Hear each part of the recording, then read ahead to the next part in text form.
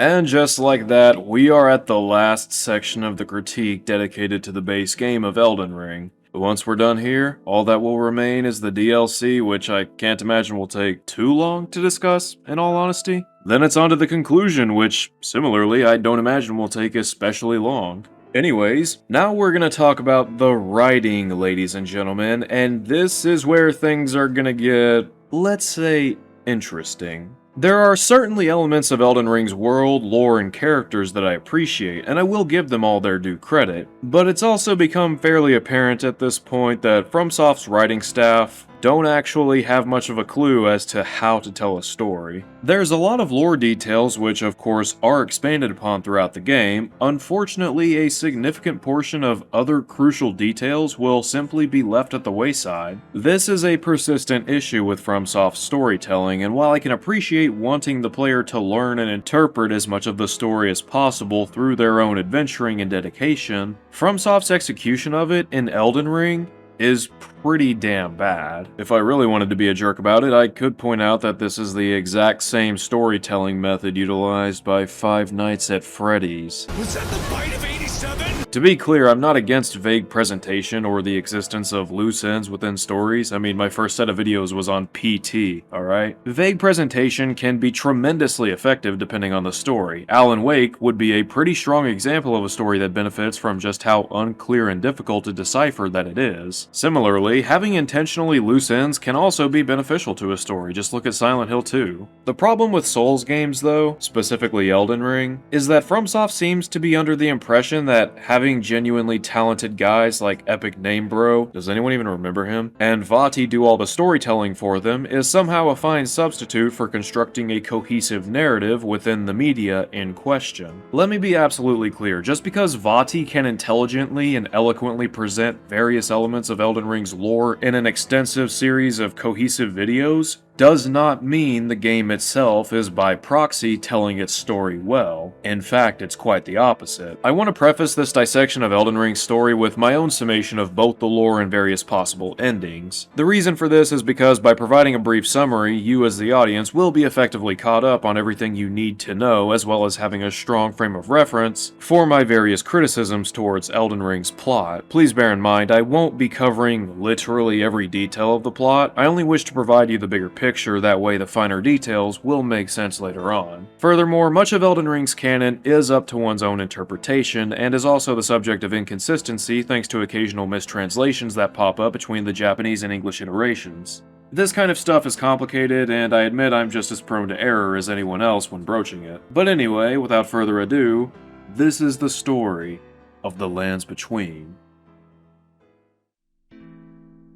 Our story begins in time immemorial, where in the shine and blackness of the void exists the outer gods, beings of seemingly unlimited cosmic power that for unknown reasons chose to extend their presence to the world of the Lands Between. The first of these beings to plant their stake in the world was an ancient dragon god, now unknown as it has long since fled this world. Though we may know very little about it, we know that it was in communion through a magical precursor to the air tree known as the Crucible, with one dragon lord Placidusax, who ruled over the kingdom of dragons from the royal city of Far Missoula. After some time, the supremely powerful being known simply as the Greater Will would touch down upon the lands through a golden Elden star which housed the Elden Beast, a vassal for the Greater Will's influence which would go on to form a covenant with Marika of the Newmans. The Elden Beast itself is the metaphysical incarnation of the Greater Will's concept of order, and would itself transform into the titular Elden Ring and thus begin to shape the world itself with the help of Marika, now the eternal God Queen of these Lands Between, founder of the Golden Order and an Empyrean, a vessel for the Elden Ring.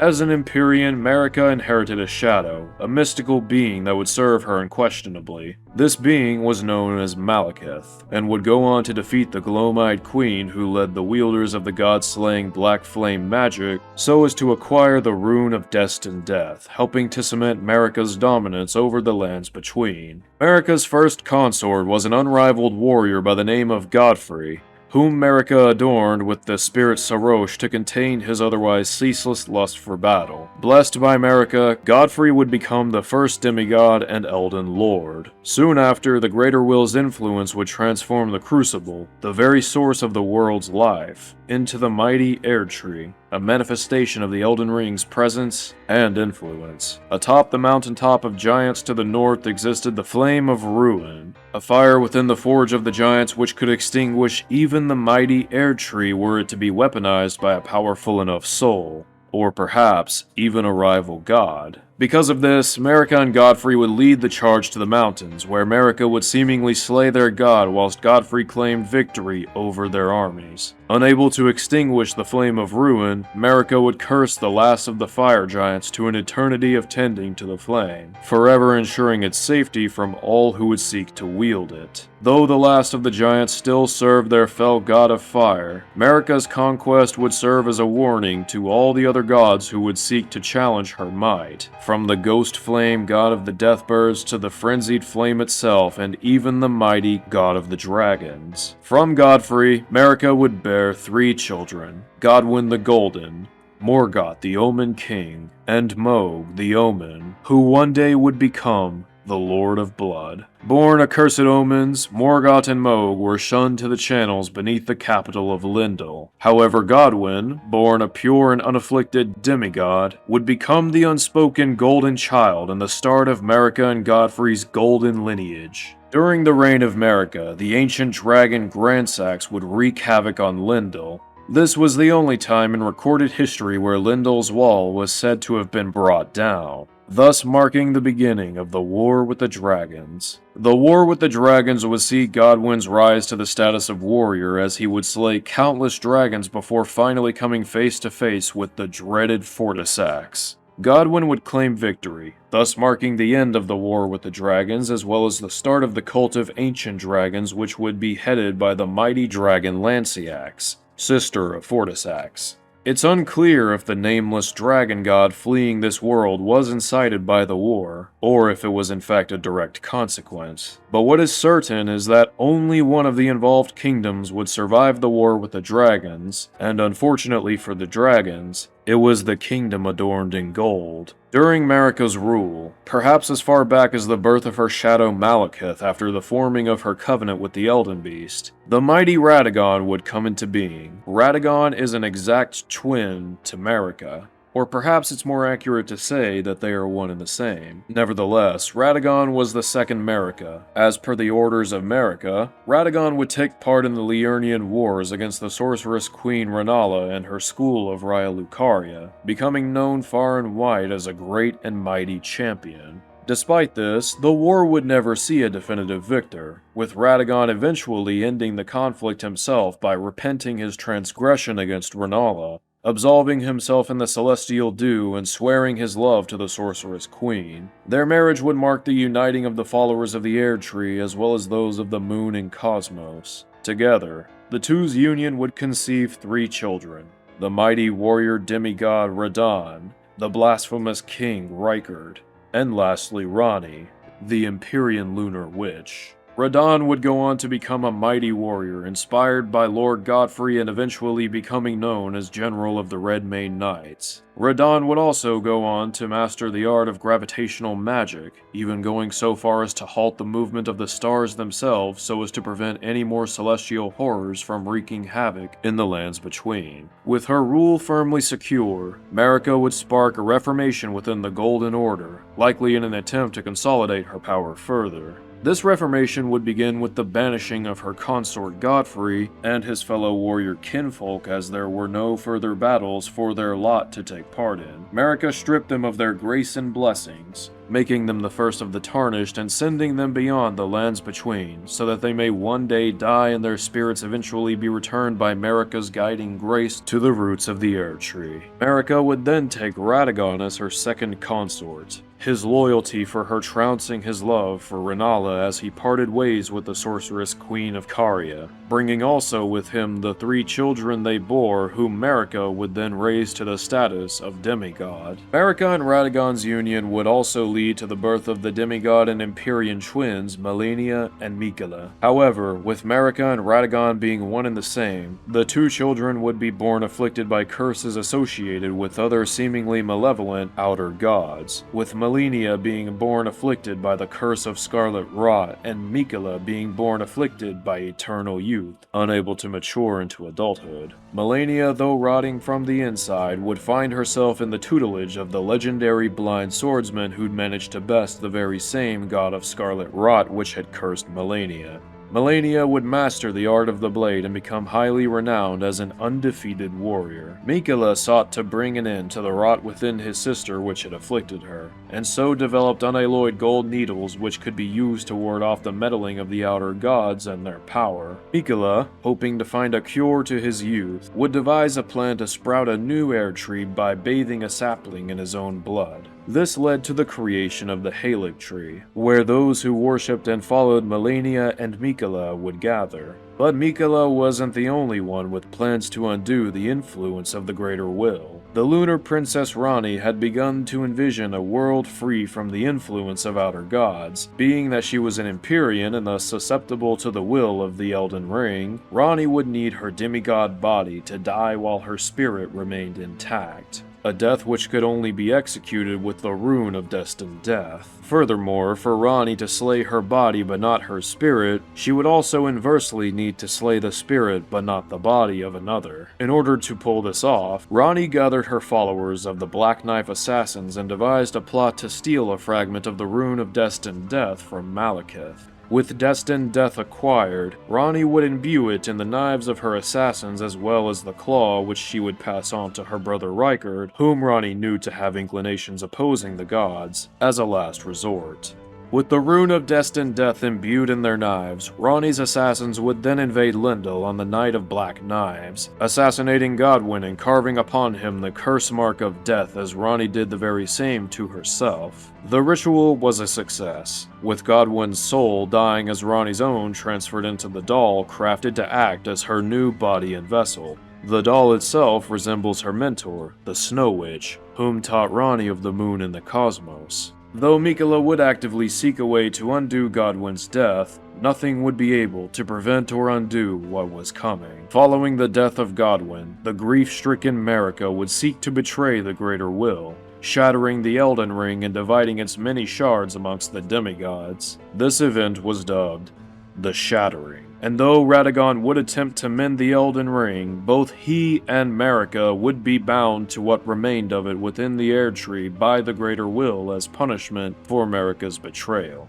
With the Elden Ring shattered and Marika and Radagon both cut off from the rest of the world, the Golden Order would soon fall to ruin, sparking a great war within the lands between. With his great rune, Morgoth the Omen King would seize control of Lindell. Adopting the moniker of the Veiled Lord, Morgoth would murder countless warriors who might pose a threat to the Air Tree under the new name of Margit, the Fell Omen. Rykard would be driven to madness as his noble ambitions would devolve into gluttonous depravity, eventually feeding himself as well as his great rune to the blasphemous serpent. Rykard would then bond with the serpent during gestation, taking on an all-new form reflecting the mad and blasphemous abomination he truly was, a god-devouring serpent. Godwyn's descendant, Godric, would depart Lindell, taking from it many treasures and convening with others who'd abandoned Lindell in the castle of Stormvale, where Godric would hide from the now power-hungry Radahn. During his hiding, Godric would seek to grow more powerful,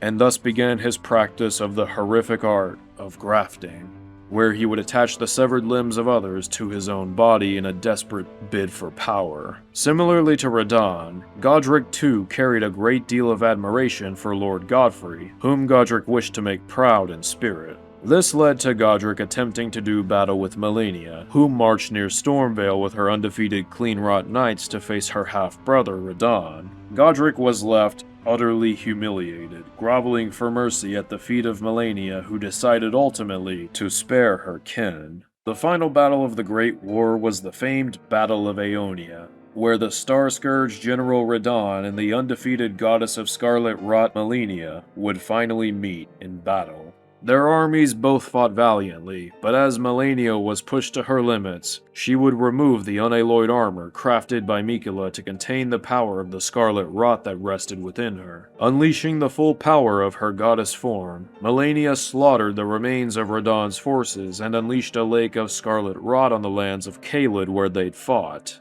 The rot would also infect Radon, causing him to go completely berserk with madness as Melina fled back to the Halig tree, carried on the back of her most loyal knight. However, upon arriving at the base of the Halig tree, Melina would find that Miquella was gone. The cocoon in which he resided was ripped from the roots of the Halig tree. Many moons it was believed that the omen Mohg had been plotting to kidnap Miquella so that Mohg could become his promised consort, establishing a new dynasty beneath the outer god known as the Formless Mother, who would be able to use Miquella due to his nature as an Empyrean. During Marika's reign, Mohg shunning beneath Lindel led him to an encounter with the Formless Mother. The Formless Mother would bless Mohg by setting his accursed blood aflame, thus creating a powerful blood flame magic. Following the shattering, Mohg would escape his confines beneath Lindel, setting out to develop his own dynasty within Mogwyn Palace, where his sanguine nobles and cult of the Bloodfingers would gather and pay blood tribute to their new lord.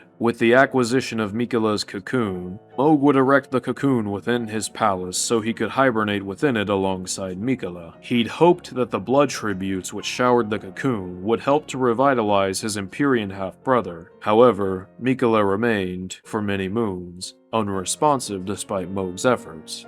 The last of the demigods prior to the realm of shadows was none other than Melina. Melina is a descent from Marika, with Radagon almost certainly being her father. Melina, similar to her demigod sister Ranni, seeks the destruction of the Air Tree so as to breach the stagnation that the lands between finds itself bound to. You are tarnished, a valiant spirit who Melina seeks to herald as the new Elden Lord. However, as the Tarnished, there are many paths you can take on your quest to the Air Tree. The first of these paths leads to an age of fracture, where following the death of the Elden Beast, the Tarnished takes their place as the new Elden Lord after mending the Elden Ring. However, the mending of the Elden Ring was in fact the plan of the Greater Will all along, and so this conclusion is ultimately just a return to the status quo with you at the helm. The second of these paths is that which leads to the Age of Order, wherein the lands between is brought back to the fundamentalist ideas which the Golden Order was originally founded upon, or so says Goldmask. The third of these endings is that of the Age of Duskborn, wherein you have championed those who sought to restore destined death to the world and avoid persecution by the fundamentalists of the Golden Order who seek to carry out Marika's original vision. With the mending rune of death placed within the Elden Ring, the lands between can now once again know death, as well as its finality. The fourth of these endings is that of the Blessing of Despair, wherein you assist the reviled Dung Eater to fulfill his goal of showering the world in plague and misery, ensuring curses upon all so that none may ever be scorned again. The fifth of these endings sees you helping Ranni the Lunar Witch to fulfill her quest, rejecting the influence of the outer gods and abandoning the lands between as you usher in an age of free will, the world now free of all shackles to develop on its own. The last of these endings sees you aligning with the outer god of the frenzied flame, bringing an apocalyptic fire not just to the Air Tree but across the entirety of the lands between, eradicating all life and spirits and ensuring none will rise from the ashes. Should you choose this end, you will make a sworn enemy of Melina, the last surviving descent of Marika. That is, assuming she hasn't already immolated herself within the flame of ruin at the Giant's Forge. The world is yours to shape as you see fit. All that remains is for you to achieve the power which would allow you to see your will carried out. So with that understanding of the story in mind, let's discuss Elden Ring's intro cinematic and the many issues with it.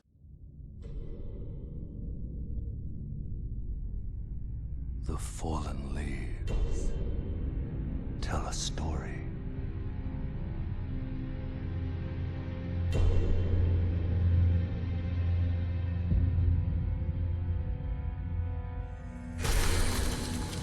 great Elden Ring was shattered. In our home, across the fog, the lands between.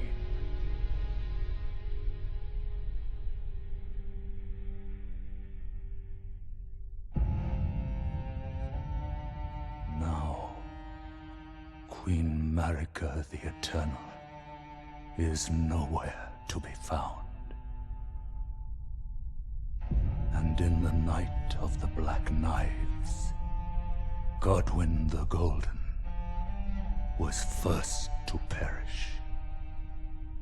Alright, so this cinematic actually starts off fairly strong, immediately informing us of what's happened to the titular artifact and making it clear that this was a significant and devastating event, illustrated perfectly by the fantastic artwork. Now, personally, I would have preferred a proper 3D intro like in Dark Souls 2, Bloodborne, and Dark Souls 3, but that is admittedly a nitpick. Regardless, the Elden Ring was shattered, and we can assume that this caused quite the kerfuffle, given Queen Marika is now missing. We can also recognize, thanks to Marika being depicted as the one who shattered the Elden Ring, that her disappearance must be connected in some way to the shattering, and obviously her disappearing is a pretty big deal given she is acknowledged as an eternal queen. We don't learn much else about Marika, but that's okay. We understand her relevance to the story as the one responsible for all that's transpired following the shattering, and we can infer the significance of the shattering as it led in some way to her disappearing. There is much more to learn, of course, but that will all be revealed in time, and that's fine. In a similar vein, we're not told what the Elden Ring actually is, but we can assume that we'll figure that out, given it's literally the name of the game, and has also been presented as the thing this story revolves around. Then all of a sudden we get a reference to the Night of Black Knives and Godwyn's death.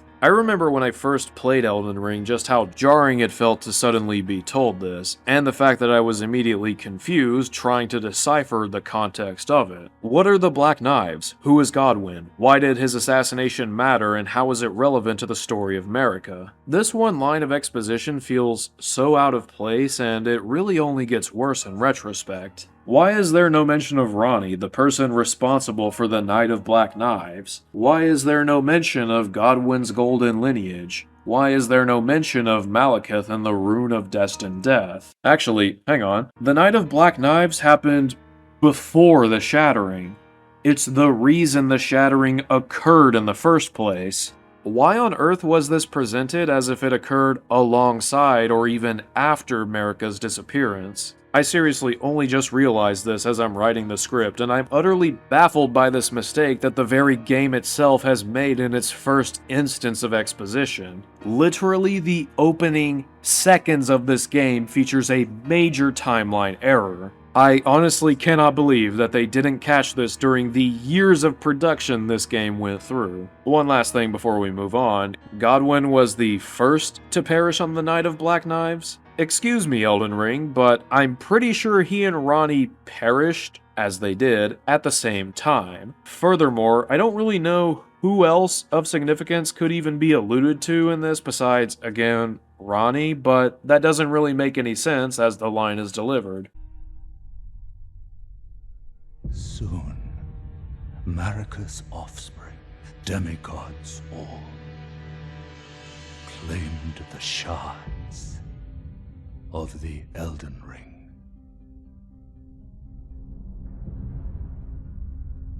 The mad taint of their newfound strength triggered the shattering.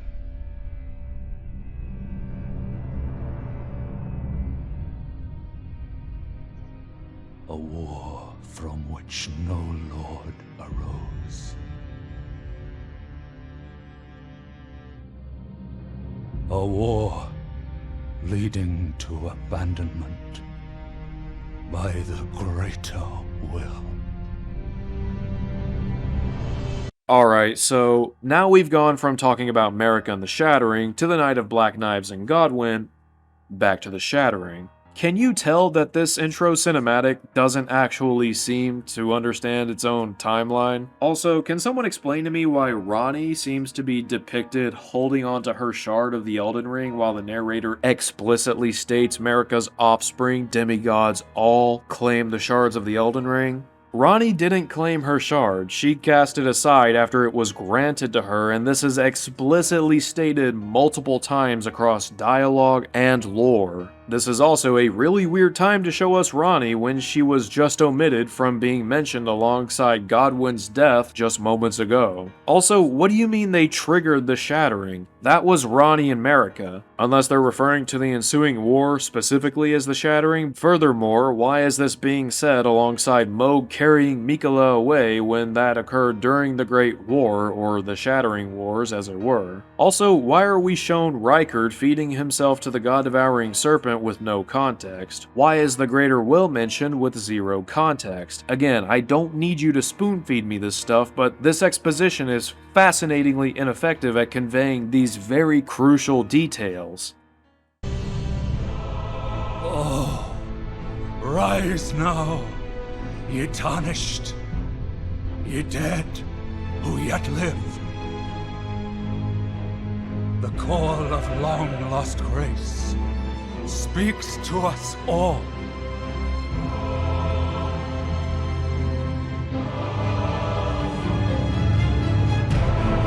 Horalu, chieftain of the Badlands, the ever-brilliant Gold Mask. Fear, the deathbed companion, the loathsome dung-eater, and Sir Gideon Ofnir, the all-knowing.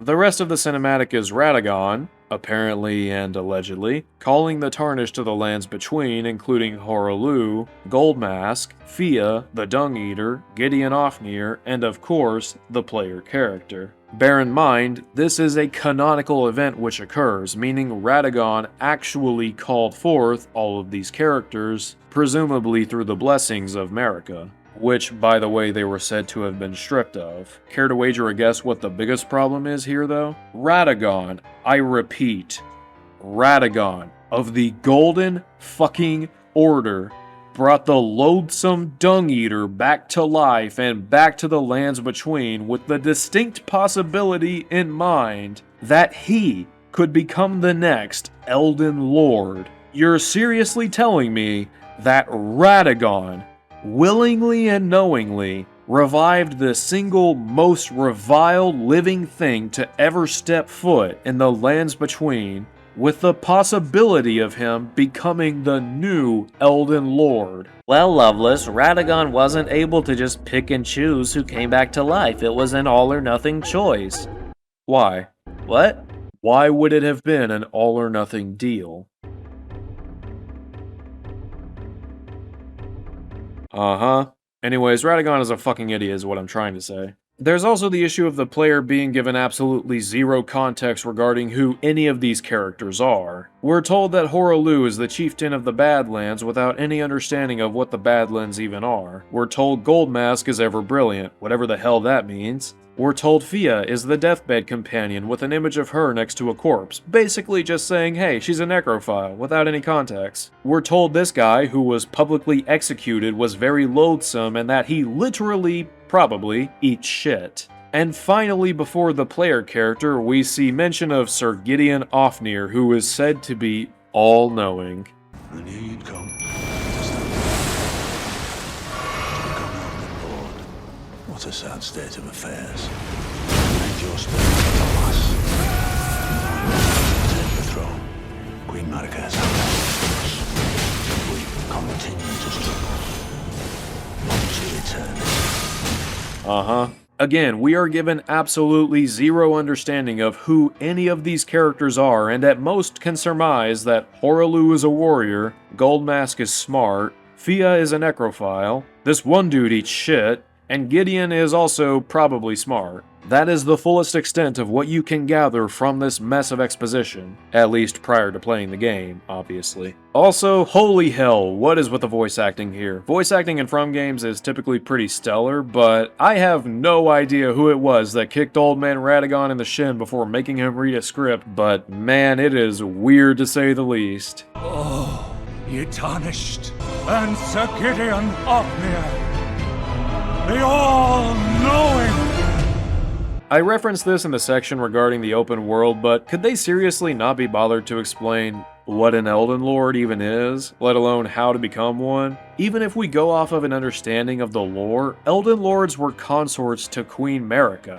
Is that what this adventure is really all about? Unironically trying to get a maiden? I mean, don't get me wrong, Queen Marika's pretty bad, or at least that's what the fan art tells me. But is that seriously what this adventure is supposed to be all about? Because that is fucking stupid. Look, I'm just making a joke, but seriously, you're almost guaranteed not to have even the faintest idea of what it is you're accomplishing by the end of the game. At least not without some external knowledge like looking up the endings or, again, just watching Vaati like everyone else. You can try and contextualize it in your head when it happens, and in fairness, the endings are left somewhat ambiguous, as any good RPG ending is like to do. But I'm curious, how many of you who got the fractured Elden Lord ending for your first playthrough, without any external knowledge, can honestly, sincerely claim you had a grasp of just what the fuck it was that even happened? Beyond that, am I the only one who's grown tired of FromSoft games recycling plot elements and lore details? Because this is the 5th time, I swear to God, that FromSoft has written a story where the inciting incident was humans begatting a power which they would use to slay giants and dragons in order to establish a diminutive kingdom of fantastical wonder and ruling for a set age before collapsing after the inevitable consequences of exploiting power finally beginning to surface. And guess what? Now the world is cursed with undeath, and it's on you as the chosen one to resolve this curse and push the land into a new age, or perhaps help the currently dying age continue. Or hey, set shit on fire. Which of these games does that sound like?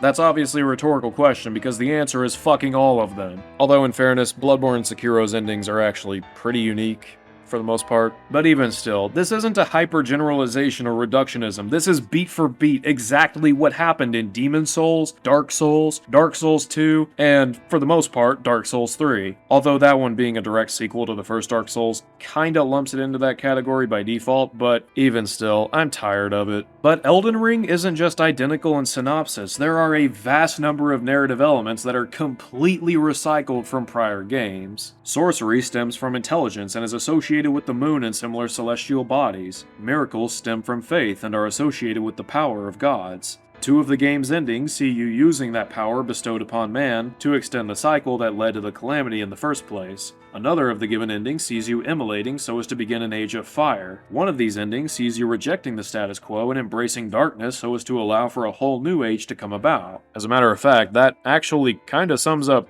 3 of the endings, albeit a bit more broadly. There's a magical archive belonging to an ally of the most powerful of all lords. The gods fear a powerful and enchanted black flame, as well as a cursed pitch-black natural-born evil that means death. A firstborn of the lord who befriended dragons after taking part in a war against them. Lovecraftian gods meddling in human affairs for unknown reasons. One of these Lovecraftian gods is formless. Instead of dragon rot, we have scarlet rot. There's a cult of humans in communion with the dragons. Instead of the big sister demigod that's gone missing, it's her androgynous little brother that's mysteriously vanished. You travel through time, kind of, to fight a wolfman and a cool dragon. I think you get the idea. Elden Ring's plot and lore are undoubtedly iterative. However, as far as characters go, I think Elden Ring actually does really well for itself. The standouts for me personally were Ranni, Marika, Rennala, and Iron Fist Alexander. Honorable shout out to my boy Patches, who continues to be the best running gag in video games.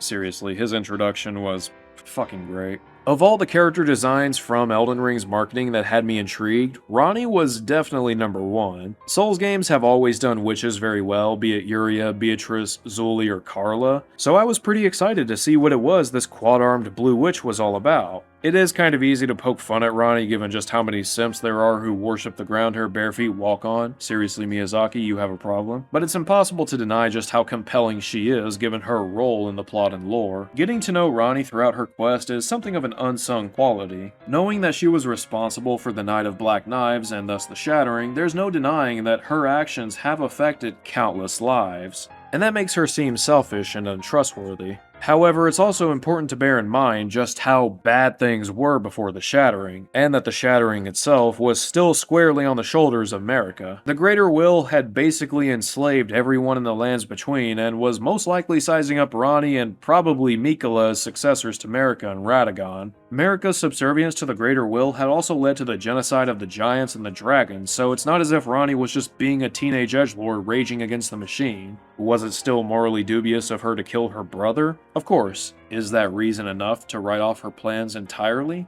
Well, that's entirely on you to decide. Personally, I don't think it makes her a horrible person. Circumstances as extreme as those of the lands between were never going to allow for an easy solution. Reforming a kingdom this fundamentally subservient to a literal god isn't something you can just do from the bottom up, let alone the top down. And aside from Mikola, Ranni was the only person in power that had the foresight to recognize that something extreme needed to be done. Otherwise, she was probably just going to end up a consort to Mikola and a slave to the Greater Will's influence, so I can't exactly blame her for being willing to take an extreme measure to avoid that. And honestly, I'd say she did a pretty good job given her plot only required a single death. It's dubious and morbid, but all in all, far more clean and calculated than what anyone other than Mikola was capable of. It also required Ranni to make her own sacrifice, so it's not as if this was something that came easy for her either. Something else that makes Ranni seem dubious is the fact that we inevitably need to kill Blythe. However, there are a few things that need to be kept in mind with this one. Blythe doesn't have free will, or at least not as we can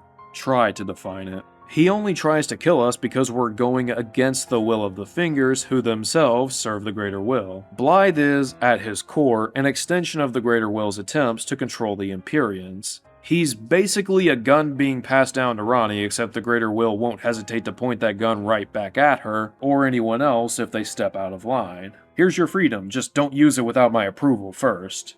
All of this is to say that yes, Ranni does morally dubious things, but relative to the circumstances, I think it would be a gross oversimplification to say that she is a straight-up evil person or that what she does is inexcusably evil. It'd be like saying Joel is evil because he kills, or that Robin Hood is evil because he steals. It's easy to say that something is wrong when you isolate it from its context, but that just paints the world as far more black and white than it actually is. Regardless, what's important to remember is that this is my reading of her character, and not everyone is going to agree with it. And if you ask me, that's great. It just goes to show how complex she is, and I think that's very much to the benefit of the game and its story and lore. Next up is Marika. I know she and Radagon are basically the same in a sense, but they're clearly defined as their own characters, so I'm just going to be talking about Marika. I think what makes Marika so interesting is the fact that we really only know what she did, but are never given any insight as to why she chose to do so. For a character with such a heavy presence in the lore that is ironically absent from the game, barring a few silent seconds on screen in the finale, I think it worked out tremendously. There's loads of lore to uncover about what it was Marika did, especially after the DLC, but the only people that really knew her were Godfrey, Radagon, and maybe Godwyn.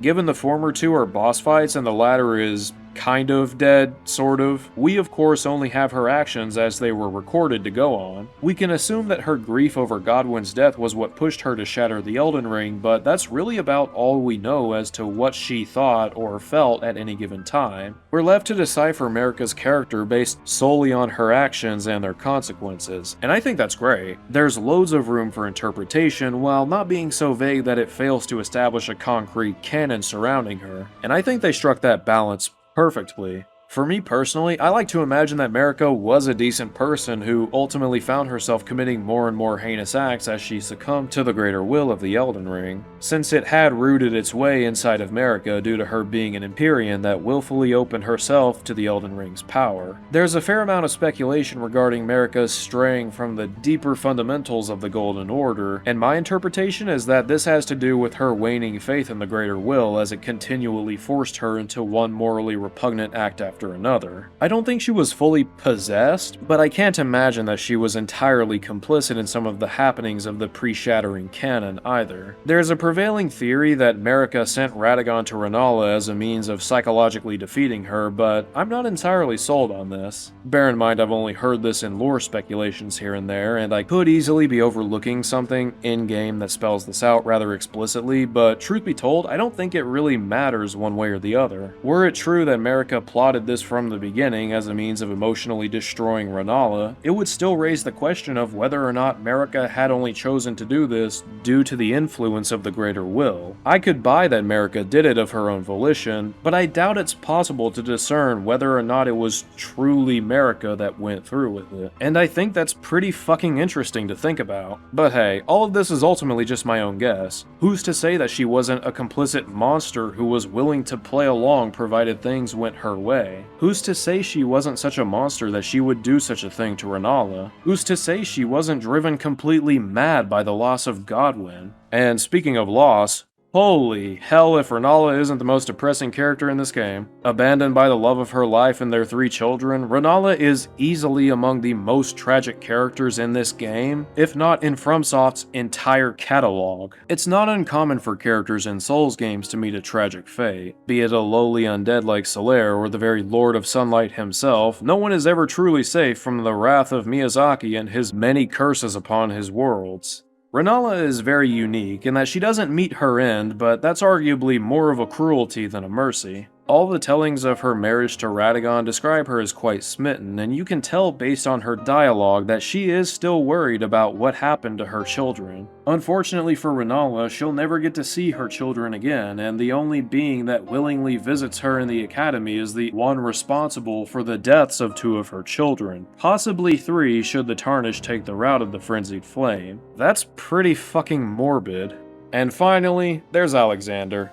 He's the greatest. I honestly don't even have that much to say about him, but I find his character so endearing that I can't help but give him a mention. He's a big jar boy, and he wants to be known far and wide as a legendary warrior. After the battle with Radahn, Alexander says that he needs to get stronger, and so we find him at Mount Gelmir meditating in the volcano. I honestly couldn't make this up if I tried. I mentioned before that FromSoft characters often seek quite tragic or morbid ends, but thankfully Miyazaki was willing to spare the rod with Alexander. Alexander ultimately achieves his goal of becoming a great warrior and is felled by their friend the Tarnished in one final battle on the crumbling grounds of the ancient city of Farum Azula. He shows gratefulness to the Tarnished as he passes on, and that's the end of his story. What an absolute legend. Unfortunately, not all of Elden Ring's characters are quite as well executed as Ranni, Marika, Rennala, and Alexander. The prime example I would have to say would be none other than Melina, whose presentation feels strangely muddled despite her presence in the story of the Tarnished specifically. She plays a huge role in the main plot, and there are several allusions to potential subplots revolving around her character. Unfortunately, none of those really go anywhere, and she just feels unfinished because of it. Firstly, and this isn't even a problem with the writing necessarily, so much as the role-playing, but what was the point of making it an option to accept her as your maiden? If you refuse, it doesn't open up any sort of unique branching narrative paths or anything. All it means is that she'll wait for you to finally accept her offer at some point in the future. Bear in mind, you need Melina to both level up and reach the Round Table Hold, with the latter being a strict necessity for completing the game. I made fun of this in an earlier section, but I just can't get over it. It's really fucking stupid. This isn't a choice, and it's not even a superficial dialogue option like those you'd find in Persona or Mass Effect, which at the very least allow you to characterize the protagonist to your liking. This is a complete and total non-option, and it annoys the hell out of me whenever any game uses these. Alright, bit of a tangent, I know, but it really grinds my gears, okay? Regarding Melina as a character, she honestly feels like she's utterly beaming with potential. All of that potential feels completely undercut with how she's used throughout the duration of the story. Melina's motivation is to enkindle the flame of ruin so as to bring an end to the Air Tree. She claims that life is worth protecting and nurturing, with her hopes seeming to be that by aiding the Tarnished in their journey to become the Elden Lord, she can help to bring an end to the misery inflicted by the Air Tree and the Greater Will. Apparently, she also suffers from a very selective amnesia and doesn't fully comprehend why it is she even has this motivation in the first place. Combine that with the fact that she is all but explicitly stated to be the daughter of Radagon and Marika, and it would seem that her goal may in some way be directed by Marika's own will. Otherwise, why would she be so steadfast in her conviction to see this journey through? However, were it to be true that she is an extension of Marika's will, and were my theory about the greater wills influencing Marika's own to also be true, that would mean that Melina herself is a servant to the greater will. This would make sense in that without the guidance of others, we ultimately just continue the age of the Elden Lord by restoring the fractured Marika. It would also explain why she is so vehemently against aligning with the Three Fingers to become the Lord of Frenzied Flame. Although in fairness, it's not as if anyone needs to be adhering to the greater will to be against that notion in the first place. Again though, this is my own speculation. But beyond that, all of these details make for a really strong setup for Melina as a character, which is why I find it so fascinating just how little they ultimately did with her. There's never a moment of payoff or resolution for her character aside from burning the air tree and I guess the Frenzied Flame Avengers teaser. Her being a child of Marika doesn't really go anywhere beyond, I guess, an implication of irony in her burning the air tree. Her being a soul without a body akin to Ranni is given zero attention. Simply put, she exists more as a plot device with some neat details than anything else. This is probably also a good time to bring up the cut content involving Melina. Originally, there was going to be a boss fight with her at the base of the air tree were the player to inherit the Frenzied Flame before Melina's immolation at the Giant's Forge. Unfortunately, this fight was never finished. There's a mod on PC that lets you fight her, but it's just Melina as an NPC, not a proper boss fight. As it stands, should you ignore Melina's threats to kill you if you chose to inherit the Frenzied Flame, she disappears for the remainder of the game, only ever showing up briefly in a post-credits teaser. Considering the sheer abundance of endings in Elden Ring, I find it impossible to tell how it is they plan to follow this up, assuming they even do at all. So not only is the pivotal deuteragonist denied a defining narrative beat, but the subplot itself is a complete dead end, leaving players with nothing to go on despite this seeming to be a significant moment. What's the point of even using a teaser if there's no intention to follow it up? Maybe I'm wrong and Elden Ring 2 Blade of Boogaloo will follow this up somehow. Heck, maybe we'll get a second DLC following it up, but for now, let's just say I'm extremely doubtful. But it doesn't stop there. To this day, there is speculation that Melina could be the Gloam-Eyed Queen. Unfortunately, this theory has nothing to back it up save for her purple eye in the post-credits tease following the Lord of Frenzied Flame ending. Aside from that, there is basically nothing to substantiate this. She doesn't use Black Flame, she aids in Marika's plans to burn the air tree, and there's no reference to the Gloam-Eyed Queen and Marika having any sort of familial relationship. Furthermore, if we assume Melina was the child of Marika and Radagon specifically, that would put her birth after the death of the Gloam-Eyed Queen according to the timeline. All of this is to say that Melina's direction feels so needlessly muddled and confused that people are still speculating on theories that don't add up at all. And for what? A post-credits teaser with almost zero possibility of ever being explained? I dare say that this isn't the kind of thing you want to be happening with a character as pivotal to your story as Melina. And speaking of things which are given too little in the ways of concrete information, let's talk about the Lands Between. This is the kind of thing that has always been a problem in Souls games, barring Bloodborne of course, because it's the GOAT, where we know a lot about the names of locations, what transpired in them, and who did said things in said locations, but aside from Yharnam and maybe the Kingdom of Boletaria and Demon Souls, none of FromSoft's worlds ever really feel lived in. Let me put it this way.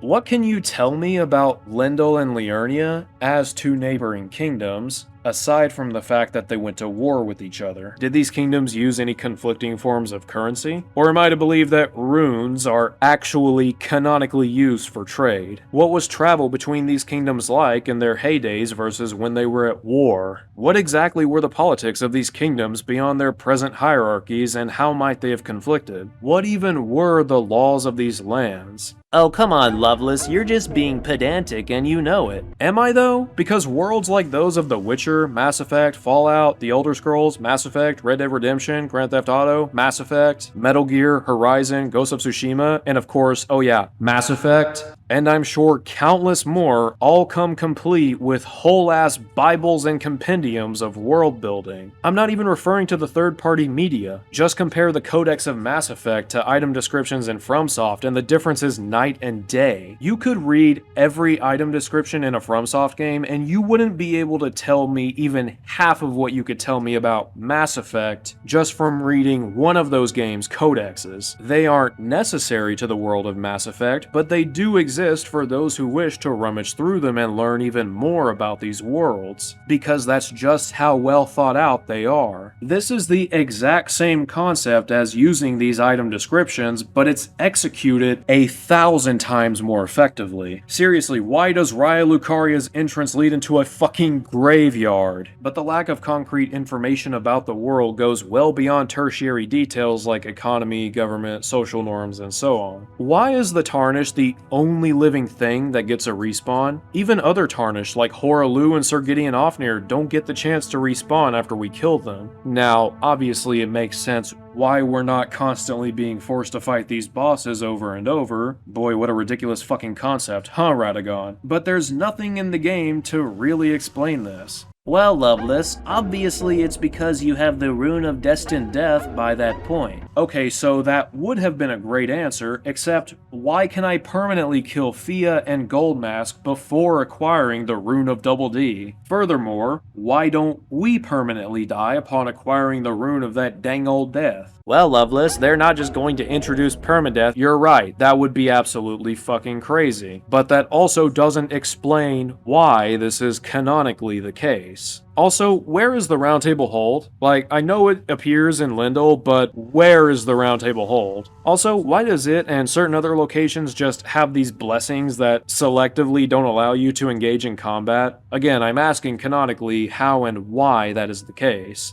Because I honestly cannot recall a FromSoft game that was so blatant in its approach to keeping things from going too far off the scripted rails.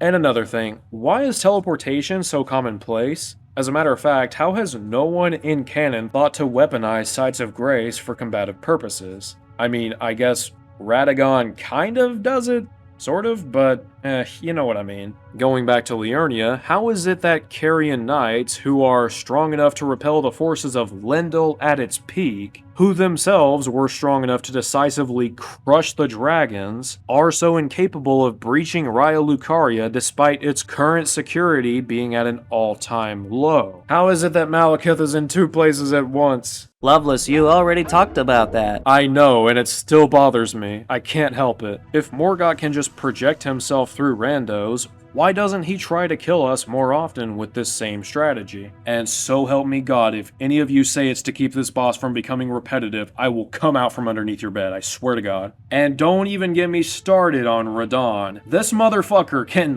literally bring the observable cosmos to a standstill. Stars billions of light years beyond us, no longer moving at all. Do you seriously have any idea just how ridiculously and absurdly powerful that makes him? There is not a single thing in this game's canon that should even be able to hold a candle to Radon, much less defeat him. The idea that Melina, Blade of Mikola, and Goddess of Scarlet Rot is in any way his equal or even superior to him is a fucking joke. Now, I should probably make it clear once more that yes, I completely understand the whole point of these games is to be as open-ended and role-playable as possible. I compare the storytelling ironically to Five Nights at Freddy's, but you also need to understand that that's more of a rib than a legitimate criticism. I absolutely think there is a place for open-ended storytelling with vague enough presentation for players to fill in the blanks themselves. I'm not at all trying to devalue that. But I also don't think that excuses the omission of critical plot details as well as the presence of massive gaping plot holes and the lack of general direction for the plot itself. Sure, you can call it nitpicking to point out that we really don't have any understanding of, say, the economy of the world prior to the Shattering. I completely get why the vast majority of you probably don't even give a shit, let alone even thought to ask about that. Am I right? But is it seriously nitpicking to ask, when I'm told my end goal is to become the Elden Lord, just exactly what the fuck an Elden Lord even is? Is it nitpicking to point out inconsistencies with death in a world pretty much defined by its own lore regarding death? Is it nitpicking to point out that a main character's presentation is so muddled that the prevailing theory of just who it is they even are has to do with a character they genuinely could not possibly be? This kind of stuff objectively matters, and I say that as someone who genuinely loves filling in these gaps with my own ideas. Like, I really want you all to understand that this isn't just me being a pedantic jackass. I wrote Souls fanfic all the way back in high school, not long after Dark Souls released, connecting it to Demon Souls, and I've been expanding on it ever since with each and every game that FromSoft has released. I practically have a Bible's worth of headcanon for every damn character that I've ever made in these games, and I've enjoyed writing so much shit about these worlds that I'll never share beyond this mention because I just love doing fanfic. I do it for me, and I find it adds a lot to my personal experiences with role-playing games, not even just Souls games. That's a wonderful little anecdote to give you an insight into just how personally I approach these stories as a longtime fan of this studio. However, no amount of my completely subjective enjoyment changes the fact that these games, especially Elden Ring, have a lot of major plot holes in their writing and world building that shouldn't be hand-waved as non-issues just because it can be fun to fill in the blanks for yourself. That is not the job of players. These games have writing staffs for a reason. They hired George R.R. Martin to write this game's lore, for fuck's sake. Combine all of these inconsistencies and holes in Elden Ring's writing with the potential issues of mistranslation, and yeah, I think it's more than fair enough for me to suggest that the game's writing is a bit of a mess. By the way, that goes doubly for the plot, which itself is not only bare bones, but is also primarily directed by a character with major omissions of resolution. I really enjoy the world of the Lands Between. I find the characters that inhabit it to be really compelling. I think the lore is fascinating, and I really enjoy listening to Vaati and others talk for hours on end about the most menial bullshit going on in this world. But unfortunately, Elden Ring's writing is also extremely flawed, iterative, and lacking in numerous regards, and no amount of speculative threads, theory crafting, lore videos, and fanfic will change that which is objectively present in the game. And I respect these games far too much to pretend it's anything different than what it is. Pros, cons, and all.